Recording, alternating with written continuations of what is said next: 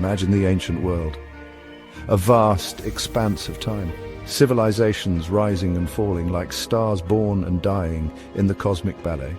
Now picture a single light, a new kind of star appearing in this firmament. That star was a man. His name was Cyrus, Cyrus the Great. Why do we still speak his name thousands of years later? What made him so special in the grand tapestry of human history? He was more than just a conqueror. He was a visionary. Think about it. The world of the 6th century BCE, a time of powerful empires, often brutal, often built on fear. Assyrians, Babylonians, Egyptians, each vying for dominance, each with their own gods, their own laws, their own armies. Into this world Cyrus stepped. He came from Persia, a land then on the edge of these great powers. Could anyone have predicted what he would achieve? He offered something different, a new way to build, a new way to rule. What set Cyrus apart? It wasn't just his military genius, though he had that in abundance. It was his ideas about governance, about tolerance, about humanity. He understood that an empire could be built on more than just force. It could be built on respect, on allowing people to keep their customs, their religions. Imagine that. In an age of harsh conquerors, he chose a different path. A path that would echo through centuries. So let's embark on a journey back in time, to explore the life of this extraordinary individual. We'll trace his path from a legendary birth to the creation of the largest empire the world had ever seen. We'll look at his triumphs, his challenges, and the enduring legacy he left behind. This is the story of Cyrus, a flicker that truly became a roaring flame, a flame that illuminated the ancient world. Every great story has a beginning. Cyrus's birth is wrapped in layers of legend, like a cosmic nebula hiding a new star. His grandfather was Astyages, king of the Medes, a powerful ruler. Astyages had a dream, a terrifying dream. He saw a vine growing from his daughter, a vine that overshadowed all of Asia. What could this mean? Prophets told him his grandson would one day overthrow him. Fear took root in the king's heart. So Astyages made a cruel decision. He ordered the newborn Cyrus to be killed. A common tale for heroes, isn't it? A threat perceived, a life in peril. But destiny, it seems, has its own plans. The official tasked with this grim duty, Harpagus, couldn't do it. He gave the baby to a shepherd. Mithridates was his name. He and his wife were to leave the child to die in the mountains. Yet they too were touched by fate. The shepherd and his wife had just lost their own child. They saw this as a sign, a gift from the heavens, perhaps. So they raised Cyrus as their own son. Far from the glittering, dangerous courts of royalty, he grew up among the flocks under the vast Persian sky, learning the ways of the common people, the value of hard work, the rhythm of the seasons. Did this humble upbringing shape the future king? Did it teach him empathy? He was no ordinary shepherd boy, though. Stories tell of his natural leadership, his courage, his keen intelligence. Even as a youth playing with other children, he was often chosen as their king. A game that perhaps foreshadowed his incredible future. The universe was slowly guiding him, polishing this hidden gem. The prince, disguised as a shepherd, was growing. The stars watched, they knew. His epic journey was just beginning. Persia, in those early days, was not the mighty empire we remember, not yet. Think of it as a collection of stars, scattered. Not yet a brilliant constellation. It was a land of various Persian tribes, the Pasargadae, the Marathians, the Maspians, each with their own chiefs, their own traditions. They lived under the shadow of the Median Empire, paying tribute, biding their time. A quiet, restless energy simmered beneath the surface, waiting for a spark. That spark was Cyrus. As he grew into manhood, his true identity was eventually revealed. Some say Astyages discovered him, and perhaps surprisingly let him live, thinking the prophecy was averted. Cyrus returned to his people, the Persians. He was a natural leader, charismatic, brave. He spoke of a different future, a future where Persians were masters of their own destiny, not subjects of another king. People listened. They saw something special in him. Hope. Uniting these independent clans was no simple feat. Imagine trying to bring together fierce, proud warriors, each loyal to their own. Cyrus had to be more than just a fighter. He had to be a diplomat, a negotiator. He showed them a common dream, a vision of a united Persian nation, strong, free. He appealed to their pride, their shared heritage. Slowly, painstakingly, he forged alliances. He built trust. One by one, the tribes began to rally to his banner. With unity came strength. Cyrus began to build an army. Not an army of reluctant conscripts, but an army of men who believed in him, who believed in the cause of Persian freedom. They were skilled horsemen, tough archers, hardened by their mountain life. They were ready to challenge the established order, ready to follow Cyrus, even against the might of the Median Empire. The tide was beginning to turn. A new power was rising in the east. The Median Empire, it was a significant power of its time, stretching across vast territories, its capital, Ecbatania, a symbol of its strength. And who ruled this empire? None other than Astyages, Cyrus's own grandfather, the king who had once ordered his death. Now grandson and grandfather were on a collision course, a family drama played out on the stage of nations. History often has these strange twists, doesn't it? A cosmic irony. The rebellion began. Cyrus, now the chosen leader of the united Persian tribes, declared independence. A bold, audacious move. Consider the stakes. The Persians were fewer in number, less experienced in large-scale warfare compared to the Medes. The Median army was formidable. Astyages was not a ruler to be taken lightly. Many would have thought Cyrus's quest was doomed from the start. But Cyrus possessed a brilliant military mind and a cause that inspired fierce loyalty. The war was not swift. It was a struggle. Battles were fought. Strategies were deployed and countered. Cyrus learned and adapted. He was a master of cavalry. He used the terrain to his advantage. But something else happened, something crucial. Not all Medes were loyal to Astyages. Some were unhappy with his rule. Some, like Harpagus, the very man once ordered to kill Cyrus, defected to Cyrus's side. They saw in him a better future, a more just leader. Finally, the moment of truth arrived. In a decisive battle, the Persian forces triumphed. Astyages was defeated, captured. The Median Empire, once so dominant, had fallen, its power transferred to the rising Persians. But here, Cyrus showed his remarkable character. He didn't execute Astyages. He treated his grandfather with respect. He spared his life. This act of mercy was unusual for the time. It was a glimpse of the kind of ruler Cyrus would become. A new era had dawned. Section 5, Westward Ho, Lydia's Golden King. With Media secured, Cyrus looked west, towards Anatolia, modern-day Turkey.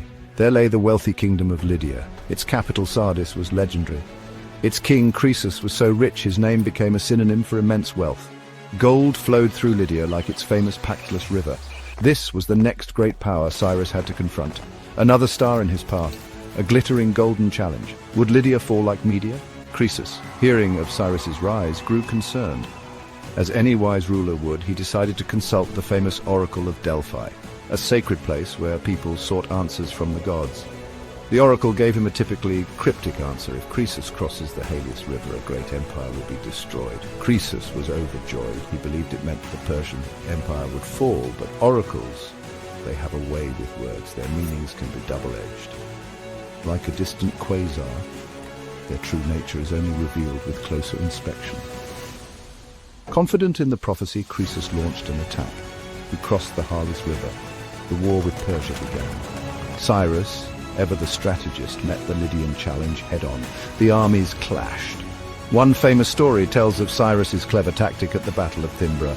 He used his camels against the Lydian cavalry. The Lydian horses, unfamiliar with the smell of camels, panicked. Disorder spread. The Lydian charge was broken. A simple observation of nature turned into a military advantage. Brilliant. Sardis, the famed Lydian capital, was besieged and captured. Croesus became Cyrus's prisoner. Legend says Cyrus initially ordered Croesus to be burned on a pyre, but then, perhaps reflecting on the turns of fortune or moved by Croesus's plight, he relented. He spared Croesus, even made him an advisor. Croesus finally understood the oracle. The great empire that fell was his own. Lydia was now part of Cyrus's growing domain. The Persian reach extended further.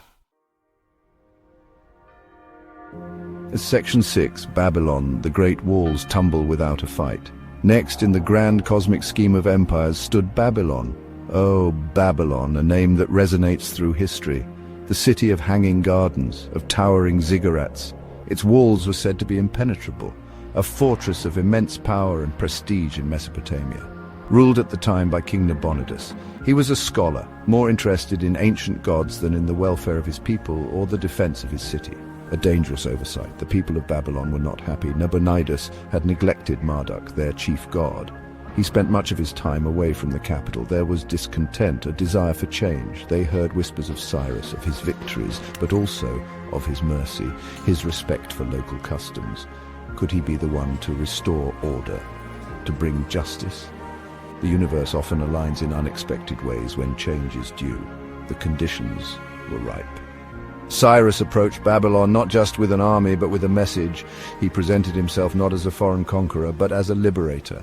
Chosen by Marduk himself to restore rightful rule, he used propaganda. He understood the power of hearts and minds. He promised to respect their traditions, to allow them to worship their gods freely. This was a revolutionary approach, conquest through consent. Almost think about the sheer audacity, the brilliance. And so the seemingly impossible happened. In 539 BCE, Babylon fell to Cyrus, but not through a bloody siege, not with battering rams and broken walls. The gates were opened from within. The Babylonian people welcomed him. Nabonidus was captured. Cyrus entered the magnificent city peacefully. He fulfilled his promises. He paid homage to Marduk. He brought stability. Babylon, the unconquerable, had been conquered, not by force alone, but by wisdom, by Section 7, Building a World, the Achaemenid Blueprint. Cyrus now stood at the helm of a colossal territory. From the Aegean Sea to the Indus River, the largest empire the world had ever witnessed.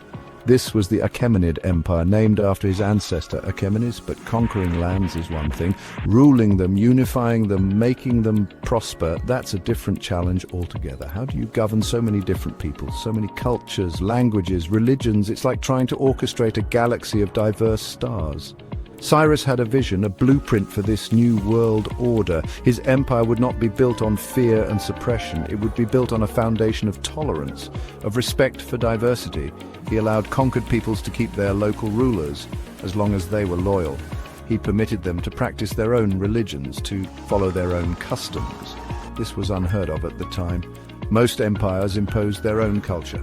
Cyrus chose a different path, a path of multiculturalism. To connect this vast realm, infrastructure was key. Think of it as the cosmic web, filaments connecting galaxies. Cyrus initiated the building of roads. The most famous was the Royal Road, stretching over 2,500 kilometers, from Susa to Sardis. With way stations and fresh horses, it allowed for rapid communication, for the movement of troops, for the flourishing of trade. The empire became interconnected. The world, in a way, grew smaller and more accessible. To manage the diverse regions effectively, Cyrus organized the empire into provinces. These were called satrapies, each ruled by a governor, a satrap, usually a Persian noble. But Cyrus was clever. He also appointed a military commander and a chief financial officer in each satrapy, independent of each other and reporting directly to him. He created a system of eyes and ears of the king, inspectors who traveled the empire, ensuring loyalty, ensuring justice, a remarkable system of governance. Section 8. The Cyrus Way: Wisdom, Mercy and Rule. One of the most famous objects from Cyrus's reign is the Cyrus Cylinder, a small clay cylinder inscribed in Babylonian cuneiform discovered in Babylon. What does this ancient artifact tell us? It's not just a record of conquest, it's a declaration, a statement of his policies. It speaks of restoring displaced peoples to their homes, of returning statues of gods to their temples. It outlines his commitment to justice, to peace. Some even call it an early charter of human rights. Imagine that concept 2.5 millennia ago. A shining example of his policy was his treatment of the Jewish people. They had been exiled in Babylon for decades, their temple in Jerusalem destroyed. Cyrus didn't just conquer Babylon, he issued a decree allowing the Jews to return to their homeland, Judah. He even encouraged them to rebuild their sacred temple. He provided funds for it. This act of generosity and religious tolerance is celebrated in the Hebrew Bible. It earned him the title of a Messiah, an anointed one from the Jews, a testament to his extraordinary compassion. Cyrus understood something profound, that true power comes not from crushing others, but from uplifting them. He wasn't just the king of the Persians. He presented himself as a legitimate ruler to all the peoples he governed. He adopted titles like King of Babylon, King of Sumer and Akkad, King of the Four Corners of the World. He respected local traditions. He learned from the cultures he encountered. This inclusivity didn't weaken his empire. It made it stronger, more stable, more vibrant. So why Cyrus the Great? The title wasn't just self-proclaimed, it was earned through his actions. His military prowess was undeniable, But it was his wisdom, his statesmanship, his humanity, that truly set him apart. He created a new model for what a king could be, not just a warrior, but a shepherd to his diverse peoples, a benevolent ruler, a unifier. He was, in many ways, a philosopher king. His way of ruling became a standard, a benchmark for future empires. Section 9. Journey's end, a light that never fades. Even for the greatest of rulers, the journey eventually comes to an end. After establishing his vast empire, Cyrus continued to secure its frontiers. The ancient world was a turbulent place. New threats could emerge from the steppes, from distant, unknown lands. He led campaigns to the east, to the regions near the Jaxartes River. He was ever vigilant, protecting the peace and stability he had worked so hard to build, ensuring his people could thrive. How did Cyrus meet his end? The exact circumstances are debated by historians. Like the final moments of a distant supernova, the details are hazy. Some ancient writers, like Herodotus, tell a dramatic story of a fierce battle against the Massagetai, a warrior queen named Tomyris, a valiant fight. Others suggest he died peacefully or in a different campaign. Whatever the truth, his life of constant action likely led to a death fitting a warrior king. His work, in a sense, was done.